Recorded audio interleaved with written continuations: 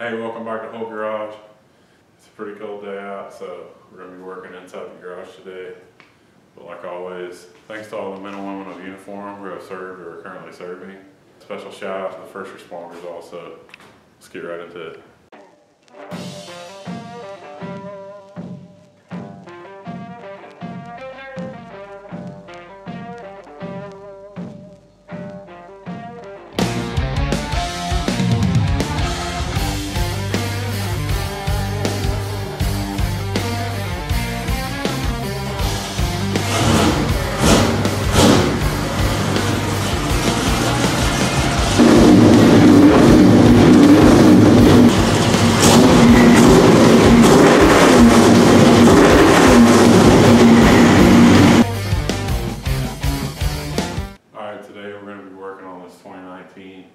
Chevy Express van. Today we're going to be putting a battery in it.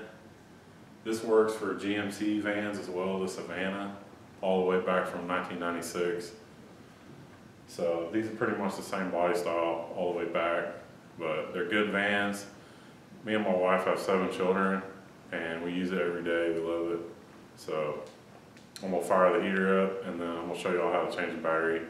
Also, I'm going to show you how to diagnose a bad battery or a bad alternator in this video.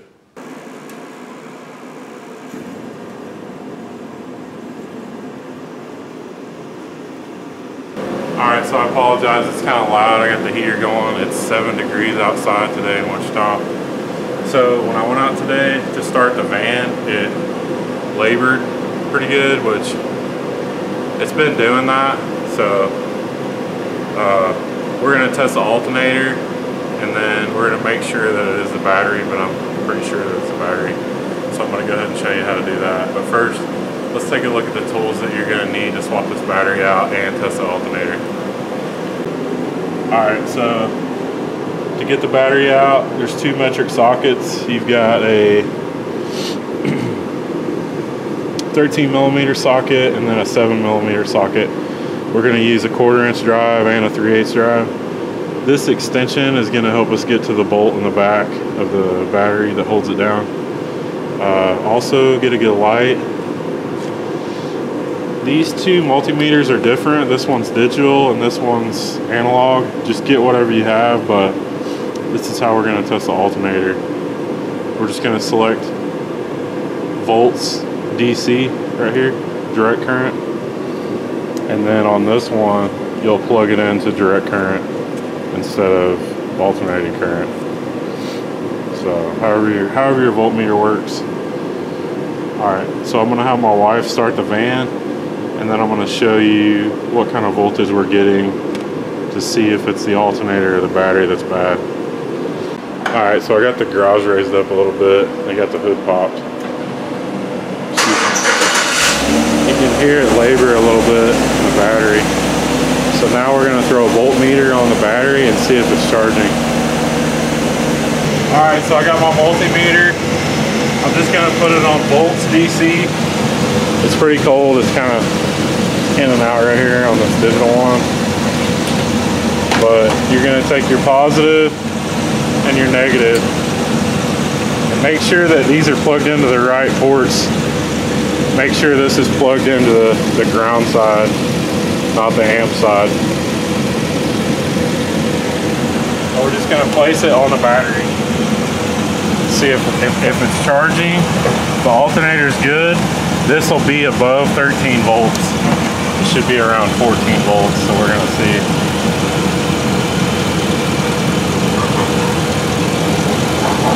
Okay, so we're at 14.46. 14.48, 14.52. So we've got a good alternator. If we had a bad alternator right now, we wouldn't be charging. It would be sitting at like 12 or 13 volts. And then we can shut the van off. So we'll go ahead and turn the van off. Alright, so we got the van turned off. This is how you're gonna tell. So right now we've got 12, even under 12 volts, so that's bad.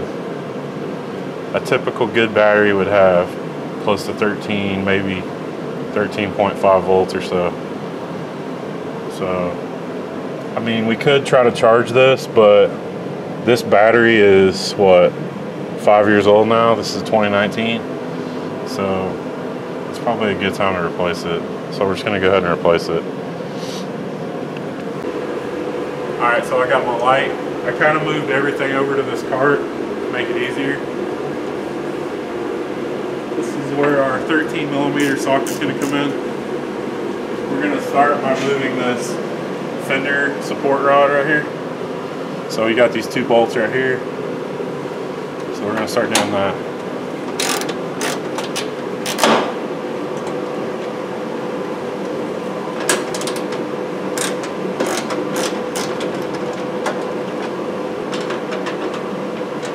Put your hardware back where it goes,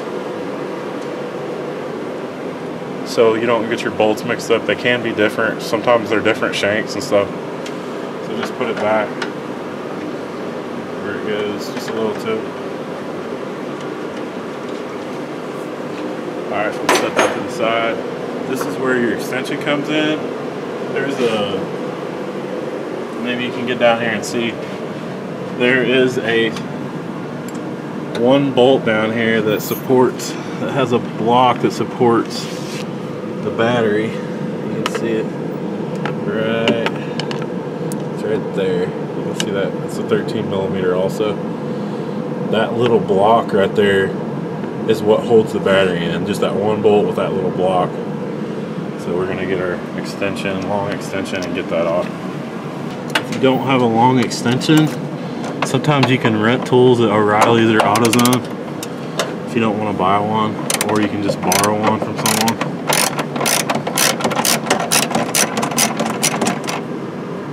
Once you get it loose, you can typically spin the bolt with this extension by hand.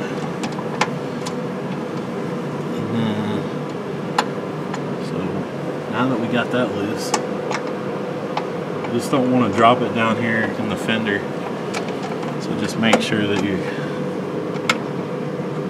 it'll be hard to fish out. Make sure that you can just get it out by hand. And this is the little block that holds your battery in right here. It's pretty most vehicles utilize that same little spacer thing. So if this is cracked or damaged, just maybe hopefully you can get a new one. If not, they sell aftermarket battery hold down kits. It's not the end of the world. So, but anyway, that's all that holds your battery. Now we're going to take these 2 terminals off. This is where your small 7mm socket comes in. So what I like to do is I like to take the negative battery cable off first, so that I don't arc anything. So the negative will be the black side here, positive red side here. You can wear gloves with this, because this, I would recommend wearing gloves, eye protection. These do leak acid and stuff, so if you've got a lot of corrosion on your battery, this one doesn't appear to have that much corrosion, but so I'm just gonna wing it, but might want to put some gloves on. Also check your terminals for corrosion. This one does have a little bit of corrosion on it. You can see that green powdery stuff on there, so one might get a wire brush and kind of clean that up a little bit before we put our new battery in. And then check the threads of these little bolts. You can buy new ones, and you can buy extended ones too if you need a longer one to put another ground wire on or something. But just check your threads on that and make sure that they're not, you know, stripped out, screwing into your new battery. Alright, so now we're going to take the positive one off.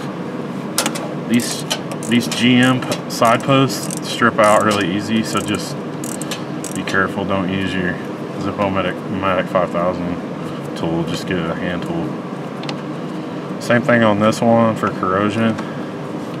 So this is going to reset like all your settings inside, like your radio and, you know, seat settings and stuff like that. So just know that you're going to have to redo all that. So this one doesn't appear to have as much corrosion. However, we'll take a little wire brush and we'll clean that up. And some batteries have handles, this one doesn't. But I'm just gonna kind of manhandle it out of here.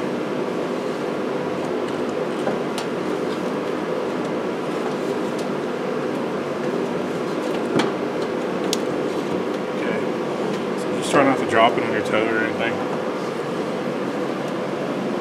Set it to the side. So now that we got the battery out, if you want to go back with like the AC Delco battery, you can. You can use this part number. I think we're going to go to Costco and get a battery. It's the cheapest one that I found. So just make sure that you type your vehicle in for what you're buying. You can get an upgraded battery. Typically you can get a little bit larger one. I would recommend doing that because 600 cold cranking amps is a relatively small battery for a big vehicle like this. This is the 6-liter V8. So Costco offers 2 versions of this battery, but I am going to go with just the smaller version. It's only $99. The next size up is $109, but we don't really have a lot of accessories in our van, so I'm not going to go to the next size. We're just going to get the original battery size. Alright, let's go get our battery. Alright, so most battery places, they're going to want you to bring the old battery. If you don't have the old battery, they're going to charge you a core cost. So just be prepared for that. So if I didn't take this battery back to Costco today, I think the core cost is around $50. So I'm going to be spending $150 on a $100 battery. So just know that. So any battery, they typically will take anything as a core, but since this one's bad, it's not a big deal. We're just going to go ahead and give it back to them and get our $50. Alright, we're going to throw the battery in the back of that 89 OBS. I just wanted y'all to hear it run. It's running pretty good today. Sounds pretty good. Alright, we're back. So we got the new battery. My heater kind of died in here, so we're just going to wing it. Like I said, it's like 7 degrees outside, it's snowing in Wichita right now. So we were able to go to Costco. I got the new battery. The old battery was 600 cold cranking amps. This one is 800 with the regular cranking amps of 1000. So that's really good. We've got a lot more cranking amps than we had previously. Also, when you're shopping for a battery, I'm going to put a picture up here how to do it, but pretty much like you see this date right here, 124, you want to make sure that you get the earliest battery that you can. So if there's a battery behind this one that says, you know, depending on what month we're in, it is currently January 2024, so this is a really fresh battery. But if you've got a fresher battery in the back, like let's say it's February and there's a February battery behind it, go ahead and take the time to get that 1 month newer battery, because sometimes these sit on the shelf and yeah, they could still be good, but you're getting the same for the same price. Why not get the good battery, the better battery, the newer battery? So Group 78 for these express vans, $107.49 at your local Costco. You can go to Sam's, you can go to Walmart, just wherever's the cheapest, or if you've got a membership somewhere else, I mean, go for it. But this is what I chose. Costco offers these interstate batteries, and they're, you know, that's a pretty good name. So let's check the voltage of this new battery and just kind of see where it's at. So we've got our ohm meter set to volt DC here, and then we're gonna, so since it's a side post, we have to do it from the side. So I got my positive connection on the positive mounting post, the negative on the negative mounting post. So we are only at 12.37. So ideally we may have to throw a battery charger on this just to get the vehicle to start, because typically you need about I would say almost near 13 volts to get your vehicle started. However, it will run on 12 volts. So we're gonna have to find out, but it's just part of it. Hopefully this is a good battery. If not, we can take it back and get, you know, we can get our money back. But I'm hoping that we can just maybe charge this up. Or if it starts, the alternator will go ahead and charge it because we tested it. All right, so I got in here with a vacuum and cleaned out this battery tray. So make sure that your threads to your battery hold down are kind of cleaned out. Make sure there's no dirt in there. And then I took this like half-ass little wire brush thing. It's broke, but I mean, it's kind of what I got right now. So, but I was able to like clean these terminals up pretty good, get some of that corrosion off. So we're ready to put our new battery in. They're gonna come with these little plastic covers over them. Just take them off, obviously, and then you can inspect the threads in there. You probably want to do this before you buy the battery though. Alright, we're good, so we're going to go ahead and put her in.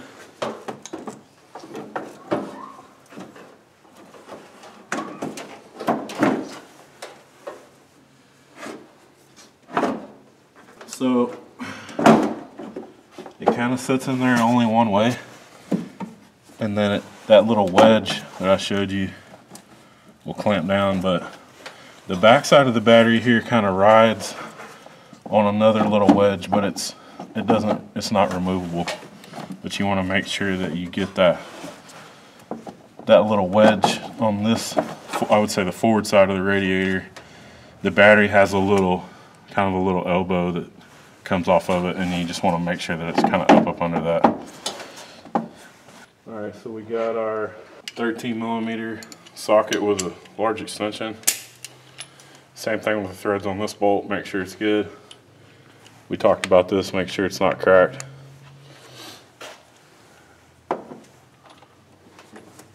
Put it back down where it came from. If it's not threading in good, just stop what you're doing and kind of reassess, because this one bolt is the only thing that's holding the battery in, so you don't want to strip it out. You don't want to over tighten it, you just want it good enough. So as you can see, got it down in there, and that little wedge is sitting on the battery.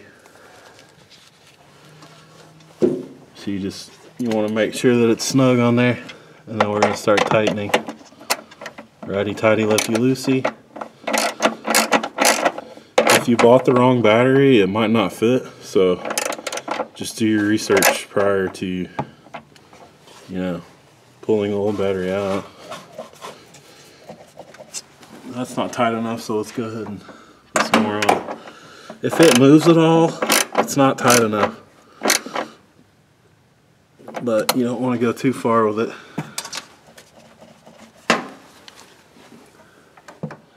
Just kind of use your best judgment on that. I think that'll be good.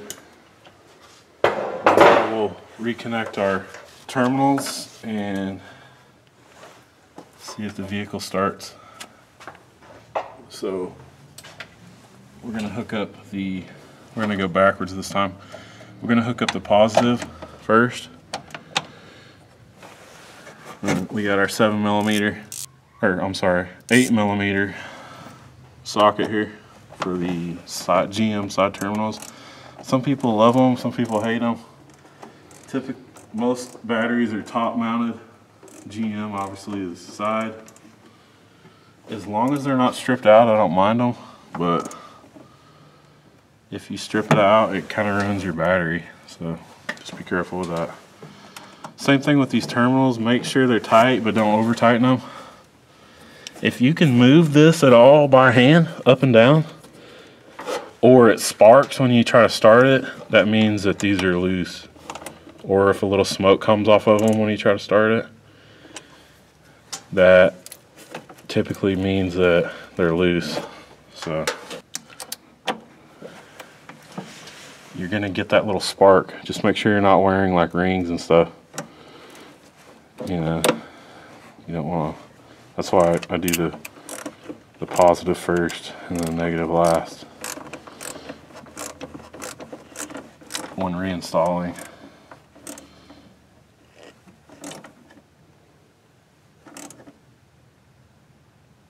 Okay, that's pretty tight. So just want to make sure that this wire doesn't move at all.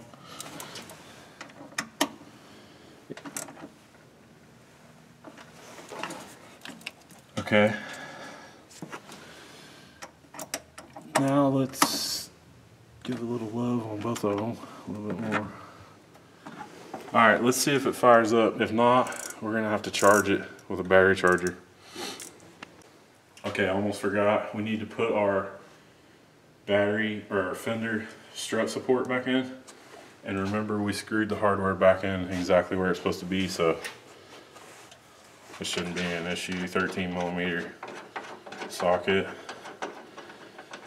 You do kind of have like a witness marker of where it used to be, so hopefully yours is the same way, because these are adjustable in and out. But just put it back where it was. You should have a little mark kind of where the washer was. I'll start by hand. So I'm just going to try to put it back on that witness mark. Same thing here. This fender side goes under, and then that's threaded. So you can see our old hole there where our washer should be. So that should help you line it up.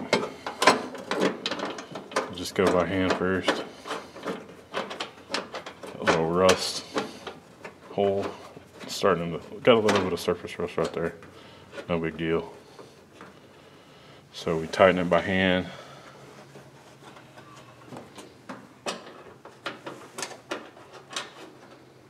Just put it back the way it was. Yeah. Okay, now we're gonna get our 13mm, I believe it is, yep. And we're gonna finish tightening this up. Same thing on this, just good and tight. Over the top, just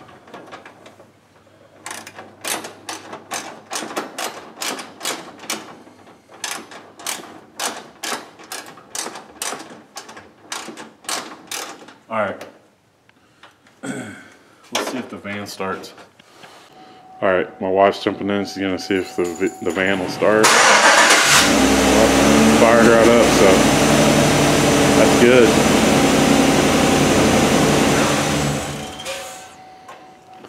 Hey, thanks for viewing my channel. Hopefully this helped you guys out, the battery. It's simple, but I mean, some people don't know how to do it. I just thought I could help somebody out if they need it. If you're interested, check out the next video. I'm gonna be putting a fan belt on this as well. Like, share, subscribe, and I'll see you in the next one.